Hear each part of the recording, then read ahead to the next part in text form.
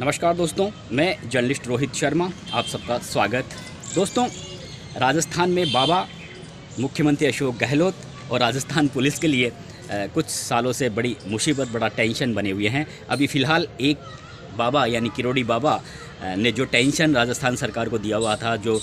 चुनौती राजस्थान पुलिस यानी जयपुर पुलिस के समक्ष उन्होंने खड़ी की थी, फ़िलहाल कुछ दिनों के लिए टल गई है। डॉक्टर किरोड़ी मीणा ने कहा है कि वे अपना आंदोलन अब प्रधानमंत्री नरेंद्र मोदी की जो सभा होने वाली है कुछ दिनों के बाद में दौसा ज़िले में, उसके बाद में अगर राजस्थान सरकार ने उनकी मांगों पर कार्रवाई नहीं की तो वे 1 लाख लोगों के साथ, लाखों लोगों के साथ जयपुर की ओर कूच करेंगे। लेकिन फ़िलहाल कुछ दिनों के लिए जो टेंशन किरोड़ी बाबा राजस्थान पुलिस को दिए हुए थे, यहाँ की सरकार को दिए हुए थे, वो टेंशन फ़िलहाल दूर हो गई है। लेकिन एक और बाबा की राजस्थान में एंट्री हो गई है, और ये बाबा के सीधे तौर पर एंट्री नहीं हुई है, लेकिन उनके जो शब्द बाण हैं, उन्होंने जिस तरह का बयान बाड़मेर में एक धर्म संसद में दिया है, उसके बाद में राजस्थान के मुस्लिम समुदाय के लोग जिस तरह से सड़कों पर उतरे हैं और बाबा रामदेव की गिरफ्तारी की मांग कर रहे हैं, उसे देखते हुए ऐसा दिख नहीं रहा है कि आने वाले दिनों में ये आंदोलन और भी गति पकड़ सकता है और राजस्थान से बाहर दूसरे स्टेटों में भी ये आंदोलन राह की ओर तेज़ी से आगे बढ़ सकता है। क्योंकि बाबा रामदेव देश और दुनिया के काफ़ी विख्यात शख्सियत हैं और कट्टर हिंदूवादी हैं, इसमें कोई दो राय नहीं है। प्रधानमंत्री नरेंद्र मोदी और उनकी काफ़ी नज़दीकियाँ भी हैं। इस तरह की चर्चाएं कांग्रेस पार्टी के लोग बराबर कहते रहते हैं कि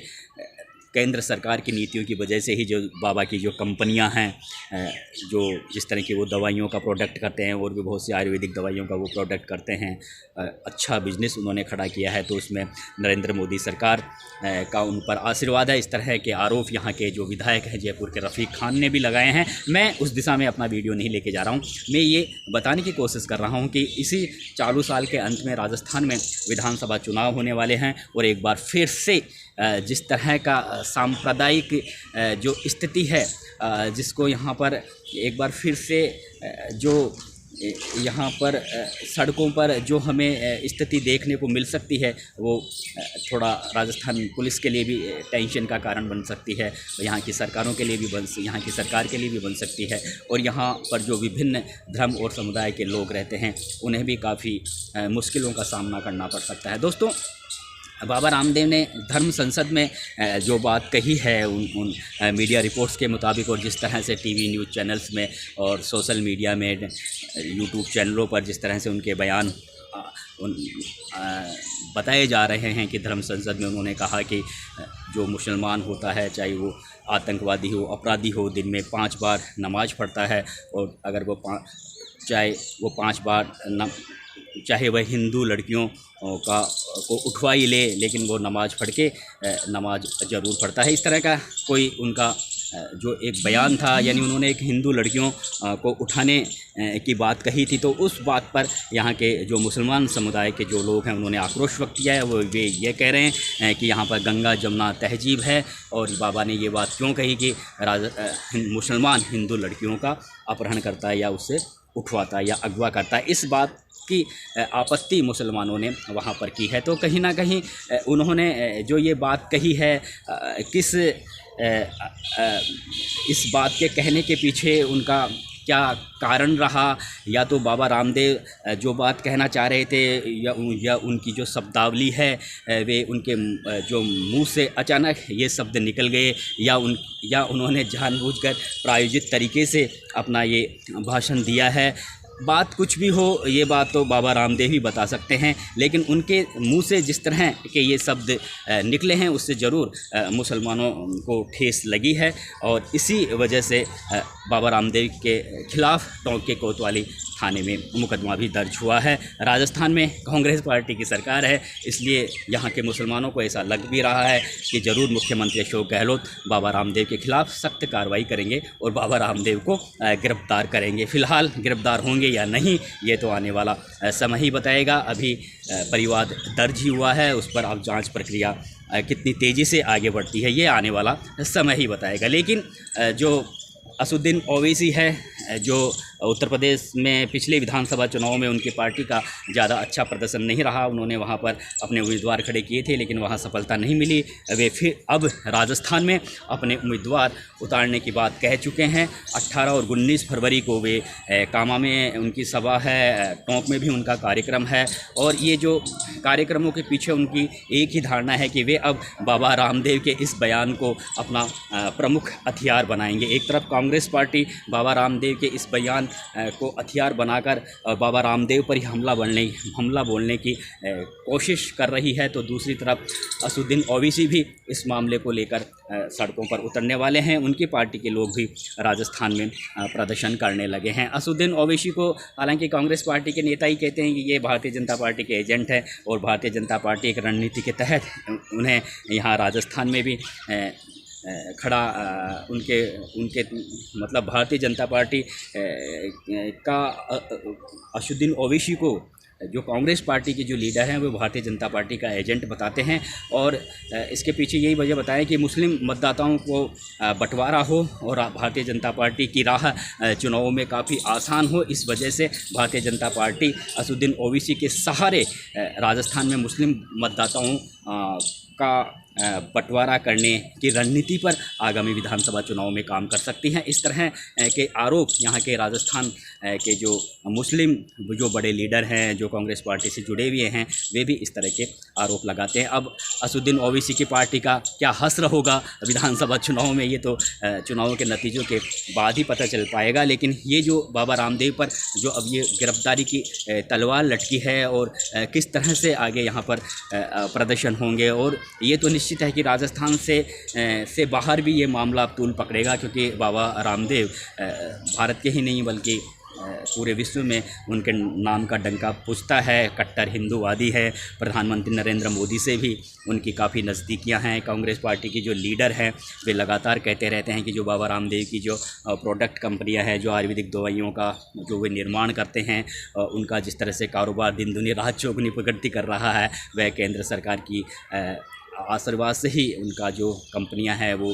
तेज़ी से मुनाफा कमा रही है। तो बाबा रामदेव और नरेंद्र मोदी की नज़दीकियों के बारे में कांग्रेस पार्टी के नेता कई बार आरोप इस तरह के लगाते रहते हैं। लेकिन अभी जो राजस्थान में ये जो धर्म संसद हुई है और धर्म संसद में कांग्रेस पार्टी के लीडर भी वहाँ पर मौजूद बताए गए हैं। मीडिया रिपोर्ट्स के मुताबिक वहाँ पर उस धर्म संसद में हरीश चौधरी भी थे, हेमाराम चौधरी भी थे, कांग्रेस पार्टी के जो पहले मंत्री थे अभी मंत्री हैं हरीश चौधरी भी वहाँ पर मौजूद भी थे, और भी कांग्रेस पार्टी के बड़े बड़े लीडर मौजूद थे। लेकिन जिस समय बाबा रामदेव ने का जब भाषण हुआ उस समय कांग्रेस पार्टी के ये जो बड़े लीडर थे या नहीं इसके बारे में मैं कन्फर्म नहीं हूँ, लेकिन इतना ज़रूर कहा जा रहा है कि धर्म संसद में कांग्रेस पार्टी के भी कई बड़े लीडर वहाँ पर मौजूद थे। तो अब बाबा रामदेव ने जो बात कही है, हालांकि अगर पिछला राजस्थान में या और भी कई कुछ स्टेटों में देखें तो लव जिहाद के बहुत से मामले देखने को मिले हैं, और उसमें हिंदू लड़कियों को मुसलमान जो लड़के बहला फुसला कर भगा ले गए, बाद में जबरन उनसे शादी की, बाद में उनको यातनाएं दी। इस तरह के मामले राजस्थान के पुलिस थानों के अलावा अन्य पुलिस थानों में भी दर्ज हुए हैं। तो शायद उसी तरह की पीड़ा को बाबा रामदेव अपने बयान में कहने जा रहे थे, लेकिन उनका जो कहने का तरीका था वे शायद मुसलमानों को ठीक नहीं लगा। मुसलमान खुद भी मानते हैं कि अगर किसी ने इस तरह का क्राइम किया है तो वो एक क्राइम के दायरे में आता है, वह मुसलमान कम्युनिटी को उस पर निशाना नहीं बनाना चाहिए। लेकिन बाबा रामदेव ने अपने बयान में जो बात कही है वो सीधा मुस्लिम समुदाय पर हमला करती है, और इससे हिंदुओं और मुसलमानों में सांप्रदायिक द्वेषता की भावना पनपेगी और काफ़ी ये मामला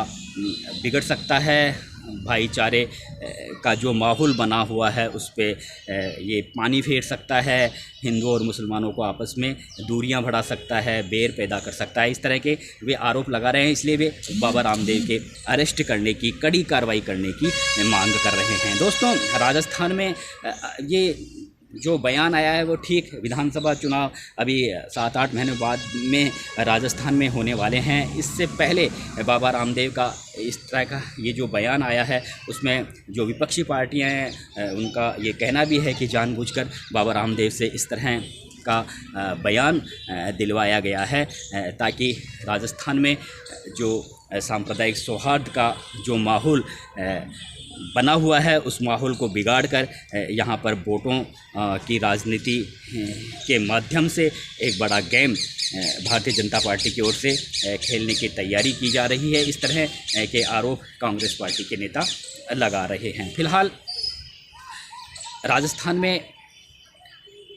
9% मुस्लिम मतदाता हैं और करीबन 35 विधानसभा सीटों पर 200 में से 35 विधानसभा सीटों पर मुस्लिम मतदाता अपनी उपस्थिति दर्ज करवाते हैं, जिनमें 15 सीटें ऐसी हैं जिसमें मुस्लिम बहुलता के वोटर होते हैं और उनमें 15 में से 8-10 सीटें ऐसी हैं जिनमें मुसलमान वोटर ही विजेता कैंडिडेट को सुनिश्चित करते हैं। तो इसलिए मुस्लिम वोटरों के ध्रुवीकरण के लिए अभी पूरी, चाहे वो कांग्रेस पार्टी हो और चाहे भारतीय जनता पार्टी हो, और अब जिस तरह से ओबीसी आ रहे हैं तो वो भी मुस्लिम वोटों को अपनी ओर खींचने का पूरा प्रयास करेंगे। ओबीसी जानते हैं कि मुझे हिंदू वोट तो ज़्यादा मिलेंगे नहीं, तो उनका पूरा फोकस मुस्लिम वोटरों पर रहेगा और उनकी कोशिश ये भी है कि अगर एक दो सीट भी अगर मिल जाती है तो चलो राजस्थान में एक तरीके से उनका खाता तो खुलेगा। तो शायद इसी मंशा की वजह से वे यहाँ पर आ रहे हैं और वे कांग्रेस पार्टी के लिए यहाँ पर परेशानी भी खड़ी कर सकते हैं। वे यहाँ के मुस्लिम मतदाताओं को ये बताने का प्रयास करेंगे कि कांग्रेस पार्टी ने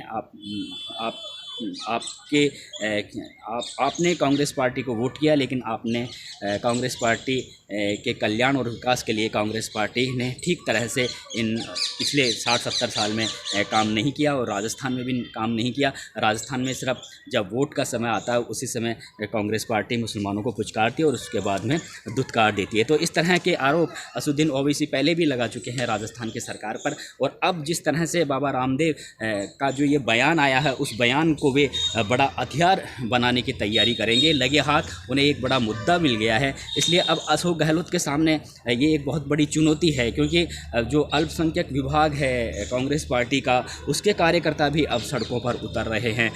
तो अब देखना यही है कि अशोक गहलोत बाबा रामदेव के खिलाफ किस तरह का एक्शन आगे उठाने जाएंगे। फ़िलहाल ये ज़रूर है कि जैसे जैसे चुनाव नज़दीक आते जा रहे हैं वैसे वैसे अनर्गल बयानबाजी का जो दौर शुरू होने लगा है, जो राजस्थान की शांति व्यवस्था के लिए भी काफ़ी आने वाले दिनों में पुलिस के लिए बड़ा चैलेंज बन सकती है। देखिए दोस्तों, बाबा रामदेव ने किस मनोदशा से या उनकी जो बात कहने का जो तरीका था, वे जिस तरीके से बात कहना चाहते थे उस तरीके से वे कह नहीं पाए, अपनी भावनाओं को व्यक्त नहीं कर पाए और उन्होंने सीधे तौर पर ये बात कह दी। लेकिन उन्हें ये भी देखना चाहिए कि वे एक बहुत बड़े उन्हें पूरे विश्व में उनका नाम है, पहचान है। हालांकि ये ज़रूर है कि वे पूरे कट्टर हिंदुत्ववादी हैं, लेकिन धर्म संसद में अगर आपको बयानबाजी करनी है तो अगर आपका भाषण इस तरह से होना चाहिए कि जिस धर्म के प्रति आपकी आस्था हो, सबसे पहले उस धर्म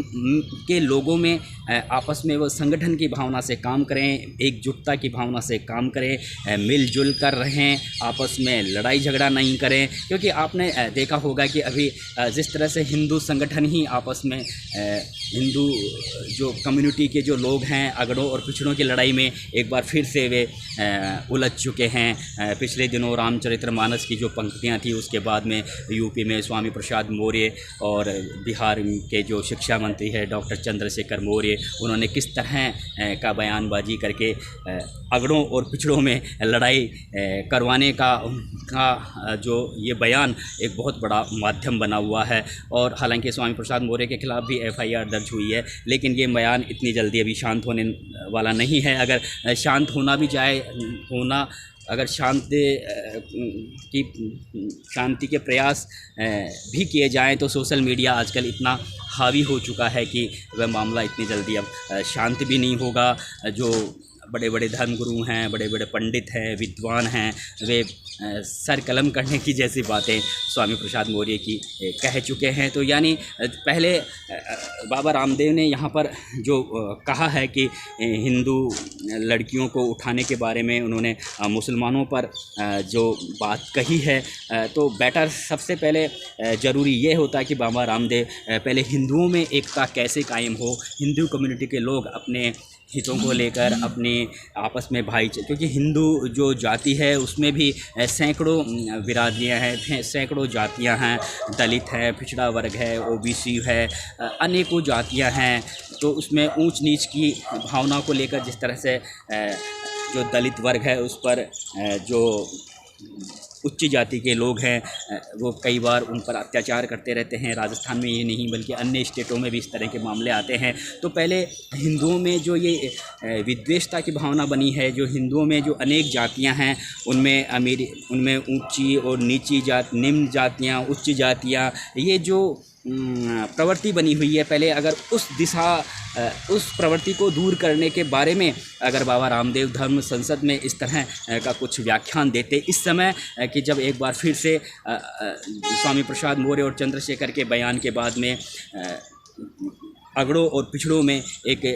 आपस में लड़ने का जो माहौल उत्तर प्रदेश और बिहार से शुरू हुआ है और अलग अलग स्टेटों में भी अब लोग सड़कों पर उतर रहे हैं रामचरितमानस की उन चौपाइयों को लेकर, उन विवादित बयानों को लेकर। तो ये जो बाबा रामदेव ने यहाँ पर जो जिस तरह का बयान दिया है, तो उसको लेकर यहाँ के जो हिंदू संगठनों के जो लोग हैं उनका भी ये कहना है कि पहले बाबा रामदेव को हिंदुओं में एकता जागृत करने संबंधी कुछ इस तरह के प्रयास करना संबंधी उनका कुछ बयान होना चाहिए था। पहले हिंदुओं को संगठित करने का, हिंदुओं में आपस में एकजुटता की भावना पैदा करने का, हिंदू जो आपस में बटे हुए से हैं, अलग थलग हैं, अगड़ों और पिछड़ों में उनका जिस तरह से विभक्तिकरण इस समय